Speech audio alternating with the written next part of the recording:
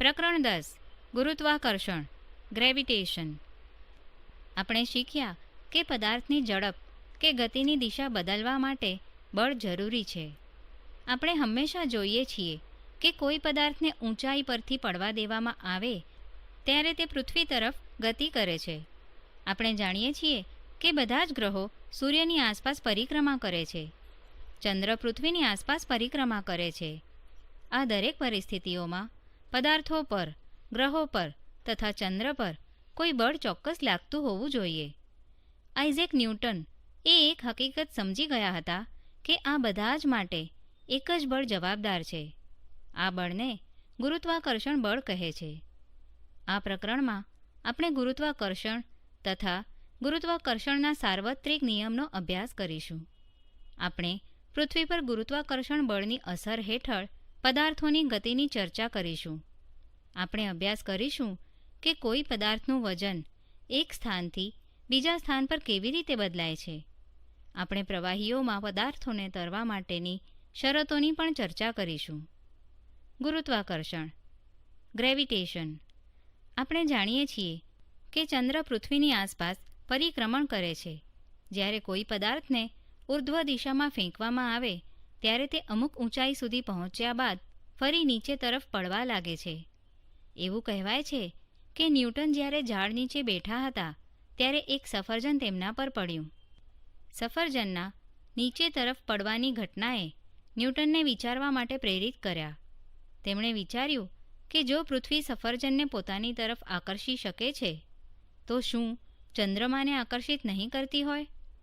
શું બંને પરિસ્થિતિઓમાં એક જ બળ લાગે છે? તેમણે અનુમાન લગાવ્યું કે બંને અવસ્થાઓ માટે એક જ પ્રકારનું બળ જવાબદાર છે. તેમણે તર્ક આપ્યો કે પોતાની કક્ષાના દરેક બિંદુ પાસે ચંદ્રમા કોઈ સુરેખ પથ પર ગતિ કરવાને બદલે પૃથ્વી તરફ પડતો રહે છે, એટલે કે તે પૃથ્વી દ્વારા ચોક્કસપણે આકર્ષિત થાય છે. પરંતુ વાસ્તવમાં આપણે ચંદ્રમાને પૃથ્વી પર પડતો જોતા નથી. ચંદ્રમાની ગતિને સમજવા માટે ફરીથી વિચાર કરીએ. પ્રવૃત્તિ 1. દોરીનો એક ટુકડો લો. તેના એક છેડા પર એક નાનો પથ્થર બાંધો. દોરીના બીજા છેડાને પકડીને પથ્થરને વર્તુળાકાર માર્ગે દર્શાવ્યા પ્રમાણે ઘુમાવો.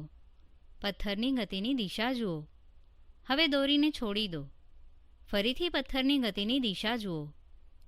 દોરીને છોડતા પહેલાં પથ્થર એક નિશ્ચિત ઝડપથી વર્તુળાકાર માર્ગે ગતિ કરે છે અને દરેક બિંદુ પાસે તેની દિશા બદલાય છે. દિશામાં થતા ફેરફારમાં વેગનો ફેરફાર અથવા પ્રવેગ સંકળાયેલ છે. જે બળને લીધે આ પ્રવેગ ઉદ્ભવે છે તથા જે પદાર્થને વર્તુળાકાર પથ પર ગતિશીલ રાખે છે તે બળ કેન્દ્ર તરફ લાગે છે. આ બળને કેન્દ્રગામી બળ કહે છે, અર્થાત કેન્દ્ર તરફ. આ બળની ગેરહાજરીમાં પથ્થર સુરેખ પથ પર ગતિ કરે છે. આ સુરેખ પથ વર્તુળાકાર રેખા પરની સ્પર્શક રેખા હોય છે. ચંદ્રમાની પૃથ્વીની આસપાસ ગતિ કેન્દ્રગામી બળને કારણે છે. આ કેન્દ્રગામી બળ પૃથ્વીના આકર્ષણ બળ દ્વારા પૂરું પડે છે. જો આવું કોઈ બળ ન હોત તો ચંદ્ર સુરેખ પથ પર ગતિ કરતો હોત. આપણે જોઈએ છીએ કે સફરજન પૃથ્વી તરફ આકર્ષાય છે. શું સફરજન પણ પૃથ્વીને પોતાની તરફ આકર્ષે છે? જો તેમ હોય તો આપણે પૃથ્વીને સફરજનની તરફ ગતિ કરતી કેમ જોઈ શકતા નથી? ગતિના ત્રીજા નિયમ અનુસાર સફરજન પણ પૃથ્વીને આકર્ષે છે, પરંતુ ગતિના બીજા નિયમ અનુસાર આપેલ બળ માટે પદાર્થમાં ઉદ્ભવતો પ્રવેગ તેના દળના વ્યસ્ત પ્રમાણમાં હોય છે. પૃથ્વીની સાપેક્ષમાં સફરજનનું દળ અવગણ્ય છે, તેથી આપણે પૃથ્વીને સફરજન તરફ ગતિ કરતી જોઈ શકતા નથી. આ જ તર્કના આધાર પર આપણે જાણી શકીએ છીએ કે કેમ પૃથ્વી ચંદ્ર તરફ ગતિ કરતી નથી. આપણા સૌર પરિવારમાં બધા જ ગ્રહો સૂર્યની આસપાસ પરિભ્રમણ કરે છે. આગળ જણાવેલ તર્ક અનુસાર આપણે કહી શકીએ કે સૂર્ય તથા ગ્રહો વચ્ચે એક બળ અસ્તિત્વ ધરાવે છે. ઉપરયુક્ત તથ્યોના આધારે ન્યૂટન એ તારણ પર આવ્યા કે ફક્ત પૃથ્વી જ સફરજન કે ચંદ્રને આકર્ષિત કરતી નથી, પરંતુ વિશ્વના બધા જ પદાર્થો એકબીજાને આકર્ષે છે. પદાર્થો વચ્ચેના આ આકર્ષણ બળને ગુરુત્વાકર્ષણ બળ કહે છે. ગુરુત્વાકર્ષણનો સાર્વત્રિક નિયમ, યુનિવર્સલ લો ઓફ ગ્રેવિટેશન. વિશ્વનો પ્રત્યેક પદાર્થ બીજા દરેક પદાર્થ પર આકર્ષણ બળ લગાડે છે, જે બંને પદાર્થોના દ્રવ્યમાનો એટલે કે દળોના ગુણાકારના સમપ્રમાણમાં તથા તેમની વચ્ચેના અંતરના વર્ગના વ્યસ્ત પ્રમાણમાં હોય છે. આ બળ બંને પદાર્થોના કેન્દ્રને જોડતી રેખાની દિશામાં હોય છે. ધારો કે બે પદાર્થો એ અને બીના દળ અનુક્રમે m અને m તથા તેમની વચ્ચેનું અંતર d છે. ધારો કે બંને પદાર્થો વચ્ચે લાગતું આકર્ષણ બળ F છે.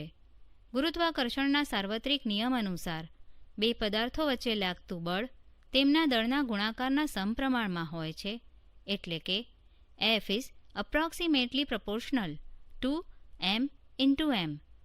અને આ બળ બંને પદાર્થો વચ્ચેના અંતરના વર્ગના વ્યસ્ત પ્રમાણમાં હોય છે, એટલે કે F is approximately proportional to 1/d².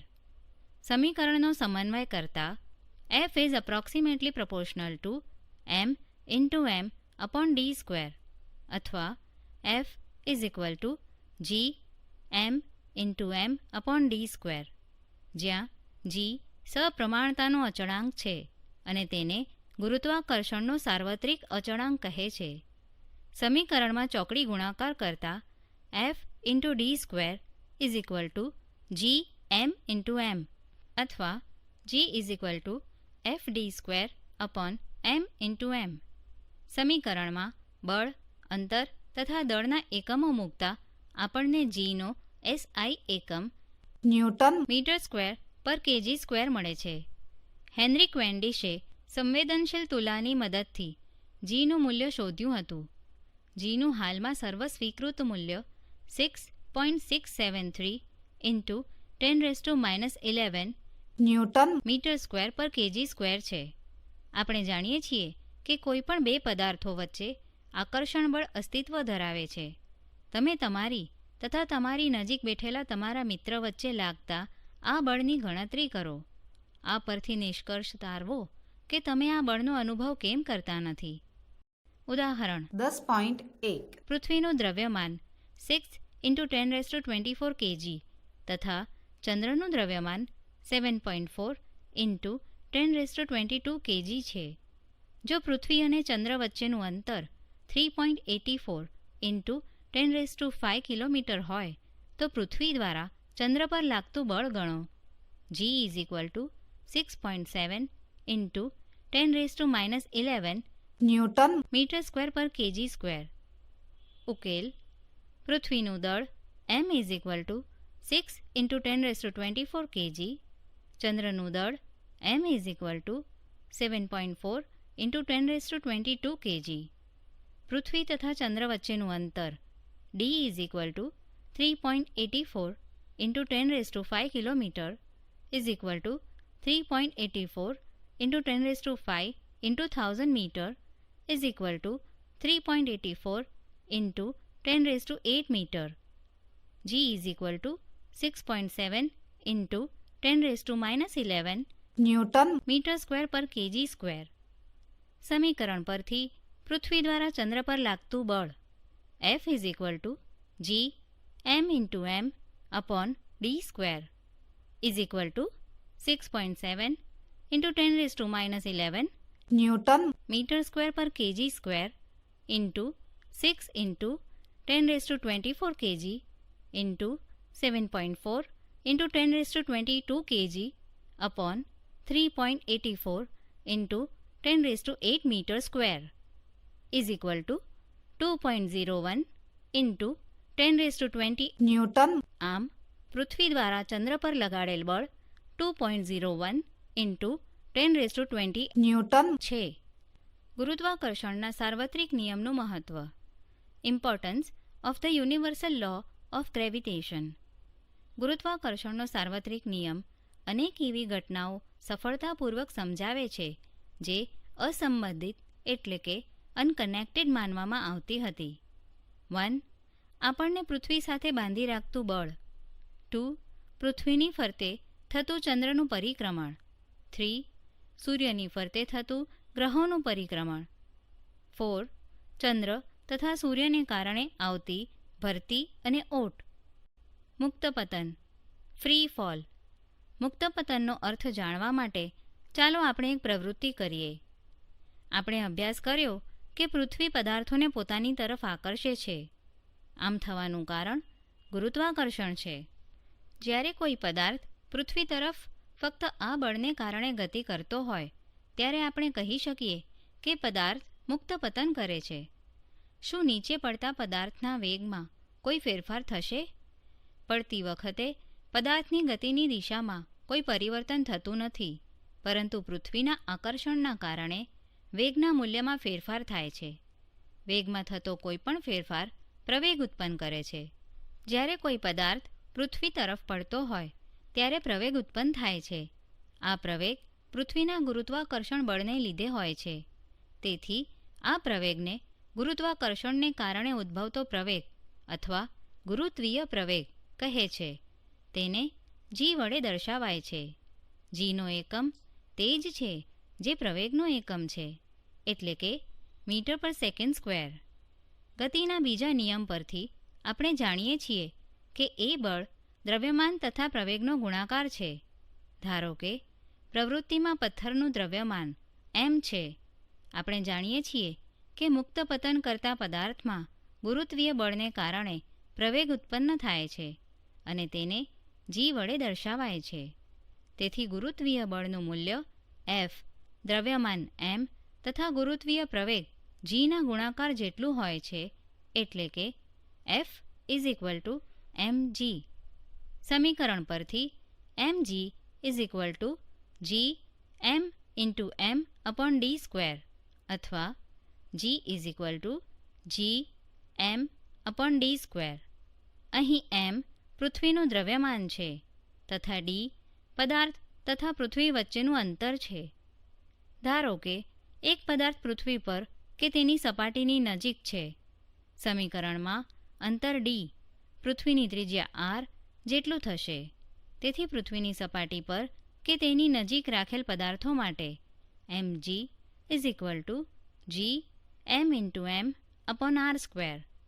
g = g m/r². પૃથ્વી સંપૂર્ણ ગોળ નથી. પૃથ્વીની ત્રિજ્યા ધ્રુવોથી વિષુવવૃત્ત તરફ જતા વધતી જાય છે. તેથી જીનું મૂલ્ય ધ્રુવો પર વિષુવવૃત્તની સાપેક્ષમાં વધુ હોય છે. મોટાભાગની ગણતરીઓમાં પૃથ્વીની સપાટી પર અથવા તેની નજીક જીનું મૂલ્ય લગભગ અચળ ગણી શકીએ, પરંતુ પૃથ્વીથી દૂર રહેલા પદાર્થો માટે પૃથ્વીના ગુરુત્વીય બળના કારણે ઉદ્ભવતો પ્રવેગ સમીકરણ પરથી મેળવી શકાય છે. ગુરુત્વ પ્રવેગ જીના મૂલ્યની ગણતરી. To calculate the value of G. ગુરુત્વ પ્રવેગ જીના મૂલ્યની ગણતરી કરવા માટે આપણે સમીકરણમાં જી, એમ તથા આરના મૂલ્યો મૂકીશું. સાર્વત્રિક ગુરુત્વાકર્ષીય અચળાંક જી = 6.7 × 10⁻11 n m²/kg². પૃથ્વીનું દ્રવ્યમાન m = 6 × 1024 kg તથા પૃથ્વીની ત્રિજ્યા r = 6.4 × 10⁻6 metre. g = g m/r² = 6.7 × 10⁻11 n m²/kg² × 6 × 1024 kg upon 6.4 × 10⁻6 m² = 9.8 મીટર/સેકન્ડ². આમ પૃથ્વીના ગુરુત્વ પ્રવેગનું મૂલ્ય g = 9.8 મીટર/સેકન્ડ². પૃથ્વીના ગુરુત્વીય બળની અસર હેઠળ પદાર્થોની ગતિ. Motion of objects under the influence of gravitational force of the અર્થ. શું બધા જ પદાર્થો પોલા કે નક્કર, મોટા કે નાના, કોઈ ઊંચાઈ પરથી સમાન દરથી નીચે પડે છે? તે જાણવા માટે આવો આપણે એક પ્રવૃત્તિ કરીએ. આપણે જાણીએ છીએ કે મુક્ત પતનમાં પદાર્થ પ્રવેગનો અનુભવ કરે છે. સમીકરણ પરથી પદાર્થ દ્વારા અનુભવાતો પ્રવેગ તેના દ્રવ્યમાન પર આધાર રાખતો નથી. એનો અર્થ એ થયો કે પદાર્થ પોલો હોય કે નક્કર, મોટો હોય કે નાનો, એક સરખા દરથી નીચે તરફ પડવો જોઈએ. એક વાર્તા મુજબ આ વિચારના સમર્થન માટે ગેલિલિયોએ ઇટાલીમાં આવેલા પીસાના ઢળતા મિનારા પરથી જુદા જુદા પદાર્થો પડતા મૂક્યા હતા. પૃથ્વીની નજીક જીનું મૂલ્ય અચળ હોવાથી અચળ પ્રવેગી ગતિના સમીકરણોમાં પ્રવેગ એના બદલે જી મૂકવાથી દરેક સમીકરણો માન્ય રહે છે. આ સમીકરણો છે v u plus at, s ut plus 1/2 at square, v square u square plus 2as, જ્યાં u તથા v અનુક્રમે પ્રારંભિક તેમજ અંતિમ વેગ તથા s વસ્તુ દ્વારા t સમયમાં કાપેલ અંતર છે. આ સમીકરણોના ઉપયોગ વખતે જો પ્રવેગ એ વેગની દિશામાં એટલે કે ગતિની દિશામાં હોય તો ઘન લઈશું. જો પ્રવેગ એ ગતિની વિરુદ્ધ દિશામાં હોય તો ઋણ લઈશું. ઉદાહરણ 10.2. એક કાર એટલે કે રમકડાની કોઈ છાજલી પરથી 0.5 સેકન્ડમાં નીચે જમીન પર પડે છે. ગણતરીની સરળતા ખાતર જીનું મૂલ્ય 10 મીટર પર સેકન્ડ સ્ક્વેર લો. 1. જમીન પર અથડાતી વખતે કારનો વેગ કેટલો હશે? 2. 0.5 સેકન્ડ દરમિયાન કારની સરેરાશ ઝડપ કેટલી હશે? 3. જમીનથી છાજલી કેટલી ઊંચાઈ પર હશે? ઉકેલ: સમય t = 1/2 સેકન્ડ, પ્રારંભિક વેગ u = 0 મીટર પર સેકન્ડ, ગુરુત્વીય પ્રવેગ g = 10 metre per second square, કારનો પ્રવેગ a = +10 મીટર પર સેકન્ડ, નીચેની તરફ. 1. ઝડપ v at, v = 10 metre per second square into 0.5 second = 5 metre per second. 2. સરેરાશ ઝડપ u plus v upon 2 0 metre per second plus 5 metre per second upon 2 2.5 metre per second. 3. કાપેલ અંતર s = 1/2 at square 1/2 into 10 metre per second square into 0.5 second square 1/2 into 10 metre per second square into 0.25 second square 1.25 metre. આમ 1. જમીન પર અથડાતી વખતે તેની ઝડપ = 5 metre per second. 2. 0.5 second દરમિયાન તેની સરેરાશ ઝડપ = 2.5 મીટર પર સેકન્ડ. 3. જમીનથી છાજલીની ઊંચાઈ = 1.25 મીટર. ઉદાહરણ 10.3. એક પદાર્થને ઉર્ધ્વ દિશામાં ફેંકતા તે 10 મીટરની ઊંચાઈએ પહોંચે છે તો 1. પદાર્થને કેટલા વેગથી ઉપર તરફ ફેંકેલ હશે તથા 2. પદાર્થને મહત્તમ ઊંચાઈએ પહોંચતા લાગતા સમયની ગણતરી કરો. ઉકેલ: કાપેલ અંતર s = 10 મીટર, અંતિમ વેગ v = 0 મીટર પર સેકન્ડ, ગુરુત્વીય પ્રવેગ g = 9.8 metre per second square, પદાર્થનો પ્રવેગ a = -9.8 metre per second square ઉર્ધ્વ દિશામાં. 1. v square = u square plus 2as, 0 = u square plus 2 into -9.8 metre per second square into 10 metre, -u square = -2 into 9.8 into 10 metre square per second square, u = √196 metre per second, u = 14 metre per second. 2. v = u plus at, 0 = 14 metre per second -9.8 metre per second square into t, t = 1.43 second. આમ 1 પ્રારંભિક વેગ u = 14 metre per second તથા 3 લીધેલ સમય t = 1.43 second. દ્રવ્યમાન, દળ, માસ. આપણે અગાઉના પ્રકરણમાં અભ્યાસ કર્યો કે પદાર્થનું દ્રવ્યમાન તેના જડત્વનું માપ છે. આપણે એ પણ શીખ્યા કે પદાર્થનું દ્રવ્યમાન જેટલું વધારે હશે તેનું જડત્વ પણ તેટલું જ વધારે હશે. પદાર્થનું દ્રવ્યમાન હંમેશા અચળ રહે છે, પછી તે પૃથ્વી પર હોય, ચંદ્ર પર હોય કે બાહ્ય અંતરિક્ષમાં હોય. આમ પદાર્થનું દ્રવ્યમાન અચળ હોય છે તથા એક સ્થાનેથી બીજા સ્થાને લઈ જતા તે બદલાતું નથી. વજન, વેઇટ. આપણે જાણીએ છીએ કે પૃથ્વી દરેક પદાર્થને એક નિશ્ચિત બળથી આકર્ષે છે તથા આ બળ પદાર્થના દ્રવ્યમાન એટલે કે m અને પૃથ્વીના ગુરુત્વીય પ્રવેગ g પર આધાર રાખે છે. પૃથ્વી જે બળથી પદાર્થને પોતાના તરફ આકર્ષે છે તેને પદાર્થનું વજન કહે છે. આપણે જાણીએ છીએ કે F = m × a એટલે કે F = m × g. પદાર્થ પર પૃથ્વીનું આકર્ષણ બળ પદાર્થનું વજન કહેવાય છે. તેને W સંજ્ઞા વડે દર્શાવાય છે, જે સમીકરણમાં મૂકતા W = m × g. પદાર્થનું વજન એક બળ છે કે જેના વડે તે પૃથ્વી તરફ આકર્ષાય છે.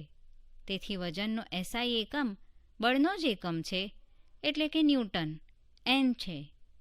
વજન બળ હંમેશા નીચેની તરફ લાગે છે, આમ તેને મૂલ્ય અને દિશા બંને હોય છે. આપણે જાણીએ છીએ કે આપેલ સ્થળે gનું મૂલ્ય અચળ છે, તેથી કોઈ આપેલ સ્થળે પદાર્થનું વજન તેના દ્રવ્યમાન mના સમપ્રમાણમાં હોય છે, એટલે કે W = m. આ કારણે જ આપેલ સ્થળે પદાર્થના વજનને આપણે તેના દ્રવ્યમાનના માપ સ્વરૂપે ઉપયોગમાં લઈ શકીએ છીએ. કોઈ પદાર્થનું દ્રવ્યમાન દરેક સ્થાને એટલે કે પૃથ્વી પર કે અન્ય ગ્રહ પર સમાન રહે છે, જ્યારે પદાર્થનું વજન તેના સ્થાન પર આધાર રાખે છે. પદાર્થનું ચંદ્ર પર વજન. Weight of an object on the moon. આપણે અભ્યાસ કર્યો કે પૃથ્વી પર કોઈ પદાર્થનું વજન એ બળ છે કે જેના દ્વારા પૃથ્વી પદાર્થને પોતાની તરફ આકર્ષે છે. આ રીતે ચંદ્ર પર કોઈ પદાર્થનું વજન એ બળ છે કે જેના દ્વારા ચંદ્ર તે પદાર્થને પોતાની તરફ આકર્ષે છે. ચંદ્રનું દળ પૃથ્વીની સાપેક્ષમાં ઓછું છે, તેથી ચંદ્ર પદાર્થો પર ઓછું આકર્ષણ બળ લગાડે છે. ધારો કે કોઈ પદાર્થનું દ્રવ્યમાન m છે તથા ચંદ્ર પર તેનું વજન Wm છે. ધારો કે ચંદ્રનું દ્રવ્યમાન m છે અને તેની ત્રિજ્યા rm છે. ગુરુત્વાકર્ષણના સાર્વત્રિક નિયમ અનુસાર ચંદ્ર પર પદાર્થનું વજન Wm = g(m)m × m/rm². ધારો કે આ જ પદાર્થનું પૃથ્વી પર વજન We છે. પૃથ્વીનું દ્રવ્યમાન m તથા તેની ત્રિજ્યા r છે. સમીકરણો પરથી We = g(m) × m/r². સમીકરણમાં કોષ્ટકમાંથી મૂલ્યો મૂકતા Wm = g(7.36 × 1022 kg × m/1.74 × 10⁶ m².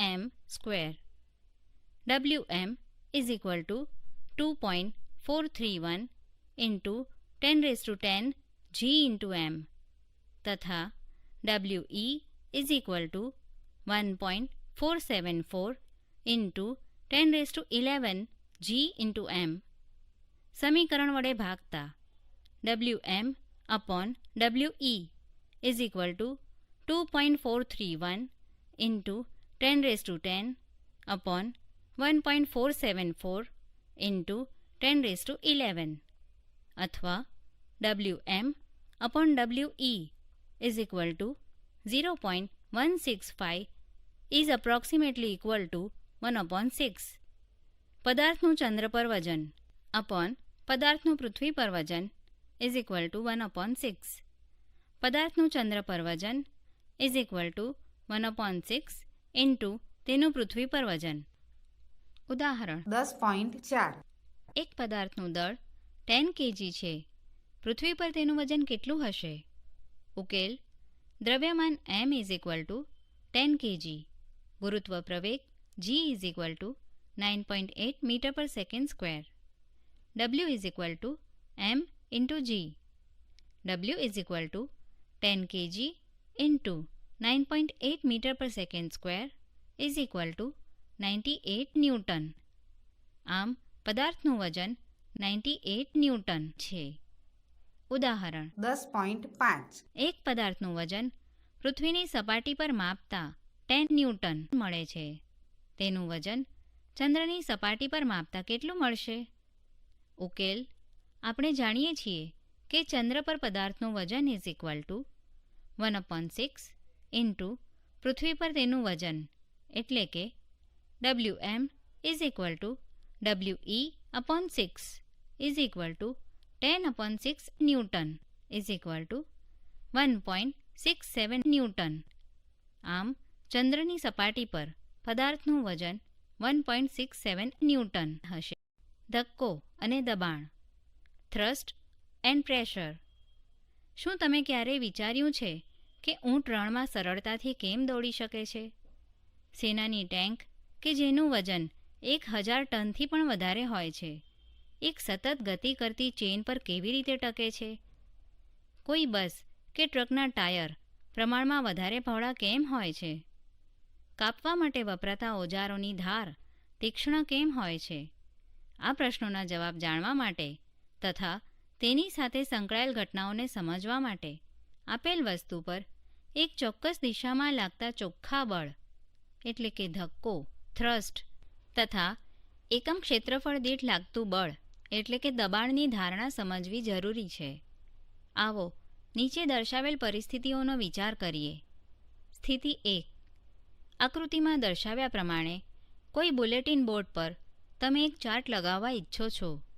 આ કાર્ય કરવા માટે તમારે ડ્રોઈંગ પિનોને અંગૂઠા વડે દબાવવી પડશે. આ સ્થિતિમાં તમે પિનના શીર્ષ, એટલે કે ચપટા ભાગની સપાટીના ક્ષેત્રફળ પર બળ લગાડો છો. આ બળ બોર્ડની સપાટી, એટલે કે પૃષ્ઠને લંબરૂપે લાગે છે. આ બળ પિનની અણી પરના નાના ક્ષેત્રફળ પર લાગે છે. સ્થિતિ 2. જ્યારે તમે ઢીલી, એટલે કે લૂઝ રેતી પર ઊભા હો ત્યારે તમારા પગ રેતીમાં ઊંડે સુધી ઘૂસી જાય છે. હવે તમે રેતી પર સૂઈ જાઓ. તમે જોશો કે હવે તમારું શરીર રેતીમાં પહેલાં જેટલું ઘૂસતું નથી. બંને સ્થિતિમાં રેતી પર લાગતું બળ તમારા શરીરનું વજન છે. તમે અભ્યાસ કરી ચૂક્યા છો કે વજન એ શિરોલંબ દિશામાં નીચે તરફ લાગતું બળ છે. અહીં બળ રેતીની સપાટીને લંબરૂપે લાગી રહ્યું છે. કોઈ વસ્તુની સપાટીને લંબરૂપે લાગતા બળને થ્રસ્ટ કહે છે. જ્યારે તમે ઢીલી રેતી પર ઊભા હો ત્યારે આ બળ, એટલે કે તમારા શરીરનું વજન, તમારા પગના ક્ષેત્રફળ જેટલા ક્ષેત્રફળ પર લાગી રહ્યું છે. જ્યારે તમે સૂઈ જાઓ છો ત્યારે આ જ બળ પૂરા શરીરના સંપર્ક ક્ષેત્રફળ પર લાગે છે, જે તમારા પગના ક્ષેત્રફળની સાપેક્ષે વધારે છે. આમ સમાન મૂલ્યનું બળ જુદા જુદા ક્ષેત્રફળો પર જુદો જુદો પ્રભાવ પાડે છે. આ સ્થિતિમાં થ્રસ્ટ સમાન રહે છે, પરંતુ તેનો પ્રભાવ જુદો જુદો હોય છે. આમ થ્રસ્ટની અસર તે ક્ષેત્રફળ પર આધાર રાખે છે જેના પર તે લાગતું હોય. તમે સૂતા હોય તે સ્થિતિ કરતાં ઊભા હોય ત્યારે રેતી પર થ્રસ્ટની અસર વધુ હોય છે. એકમ ક્ષેત્રફળ પર લાગતા ધક્કાને દબાણ કહે છે. આમ દબાણ = ધક્કો / ક્ષેત્રફળ. સમીકરણમાં થ્રસ્ટ અને ક્ષેત્રફળના SI એકમો મૂકતા આપણને દબાણનો SI એકમ મળે છે, જે Nm² અથવા Nm² છે. વૈજ્ઞાનિક બ્લેઝ પાસ્કલના માનમાં દબાણના SI એકમને પાસ્કલ કહે છે, જેને PA સંજ્ઞાથી દર્શાવાય છે. જુદા જુદા ક્ષેત્રફળો પર લાગતા થ્રસ્ટની અસર સમજવા માટે ચાલો આપણે એક સંખ્યાત્મક ઉદાહરણનો વિચાર કરીએ. ઉદાહરણ 10.6 લાકડાનું એક બ્લોક ટેબલ પર રાખેલ છે. બ્લોકનું દળ 5 kg છે. તથા તેના પરિણામ 40 centimetre into 20 centimetre into 10 centimetre છે, જ્યારે એ 20 સેન્ટીમીટર ઇન્ટુ 10 સેન્ટીમીટર તથા બી 40 સેન્ટીમીટર ઇન્ટુ 20 સેન્ટીમીટર ક્ષેત્રફળ ધરાવતી સપાટીઓ ટેબલના સંપર્કમાં હોય ત્યારે લાકડાના બ્લોક દ્વારા ટેબલની સપાટી પર લાગતા દબાણની ગણતરી કરો. ઉકેલ: લાકડાના બ્લોકનું દ્રવ્યમાન ઇઝ ઇક્વલ ટુ 5 kg. તેનું પરિમાણ is equal to 40 centimetre into 20 centimetre into 10 centimetre. અહીં લાકડાના બ્લોકનું વજન ટેબલની સપાટી પર બળ લગાડે છે, તેથી બળ F is equal to m into g is equal to 5 kg into 9.8 metre per second square is equal to 49 newton. સપાટીનું ક્ષેત્રફળ ઇઝ ઇક્વલ ટુ લંબાઈ ઇન્ટુ પહોળાઈ is equal to 20 centimetre into 10 centimetre is equal to 200 centimetre square is equal to 0.02 metre square. સમીકરણ 10.20 પરથી દબાણ is equal to 49 newton upon 0.02 metre square is equal two 2450 newton per metre square. જ્યારે બ્લોકની 40 centimetre into 20 centimetre બાજુઓ ધરાવતી સપાટી table પર રાખેલ હોય ત્યારે ટેબલ પર થ્રસ્ટ પહેલાં જેટલું જ લાગે છે. ક્ષેત્રફળ ઇઝ ઇક્વલ ટુ લંબાઈ ઇન્ટુ પહોળાઈ is equal to 40 centimetre into 20 centimetre is equal to 800 centimetre square is equal to 0.08 metre square. સમીકરણ પરથી દબાણ is equal to 49 newton upon 0.08 metre square is equal to 612.5 newton per metre square. આમ 20 centimetre into 10 સેન્ટીમીટરની સપાટી પર લાગતું દબાણ 2450 newton per metre square છે, જ્યારે 40 સેન્ટીમીટર ઇન્ટુ 20 સેન્ટીમીટરની સપાટી પર લાગતું દબાણ 612.5 ન્યૂટન પર મીટર સ્ક્વેર છે. આમ સમાન મૂલ્યના બળો જ્યારે ઓછા ક્ષેત્રફળ પર લાગે ત્યારે વધારે દબાણ અને મોટા ક્ષેત્રફળ પર લાગે ત્યારે ઓછું દબાણ ઉત્પન્ન કરે છે. આ જ કારણસર ખીલીની ધાર અણીવાળી, ચપ્પુની ધાર તીક્ષ્ણ અને ઇમારતોના પાયા પહોળા હોય છે. તરલમાં દબાણ પ્રેશર ઇન ફ્લુઇડ્સ. દરેક પ્રવાહી અને વાયુ તરલ છે. ઘન પદાર્થો પોતાના વજનને કારણે કોઈ સપાટી પર દબાણ લગાડે છે. તે જ રીતે તરલોમાં પણ વજન હોય છે તથા તેને જે પાત્રમાં રાખવામાં આવે છે તેના તળિયા પર અને દિવાલો પર દબાણ લગાડે છે. કોઈ મર્યાદિત દ્રવ્યમાનના તરલમાં લાગતું દબાણ બધી જ દિશાઓમાં એકસરખું પ્રસરણ પામે છે. ઉત્પ્લાવકતા બોયન્સી. શું તમે ક્યારેય સ્વિમિંગ પુલમાં તરતી વખતે પોતાને કંઈક હલકા હોવાનો અનુભવ કરેલ છે? શું તમે ક્યારેક કૂવામાંથી પાણી ખેંચતી વખતે એવો અનુભવ કર્યો છે કે જ્યારે પાણી ભરેલ ડોલ કૂવાના પાણીમાંથી બહાર આવે ત્યારે વધારે વજનદાર લાગતી હોય? શું તમે ક્યારેય એવો વિચાર કર્યો છે કે લોખંડ અને સ્ટીલમાંથી બનેલ જહાજ સમુદ્રના પાણીમાં ડૂબતું નથી, પરંતુ તેટલી જ માત્રામાં લોખંડ તથા સ્ટીલને પતરાના સ્વરૂપમાં લેવામાં આવે તો તે કેમ ડૂબી જાય છે? આ બધા પ્રશ્નોના જવાબ જાણવા માટે ઉત્પ્લાવકતા વિશે જાણવું જરૂરી છે. ઉત્પ્લાવકતાનો અર્થ જાણવા માટે આપણે એક પ્રવૃત્તિ કરીશું. પ્રવૃત્તિ 3. પ્લાસ્ટિકની એક ખાલી બોટલ લો. બોટલના મુખને હવાચુસ્ત ઢાંકણથી બંધ કરી દો. તેને એક પાણી ભરેલ ડોલમાં મૂકો. તમે જોશો કે બોટલ તરે છે. બોટલને પાણીમાં ધકેલો. તમે ઉપરની તરફ એક ધક્કો અનુભવશો. તેને હજુ વધારે અંદર તરફ ધકેલો. તમે તેને વધારે ઊંડાઈએ લઈ જવામાં મુશ્કેલી અનુભવશો, જે દર્શાવે છે કે પાણી બોટલની ઉપરની દિશામાં એક બળ લગાડે છે.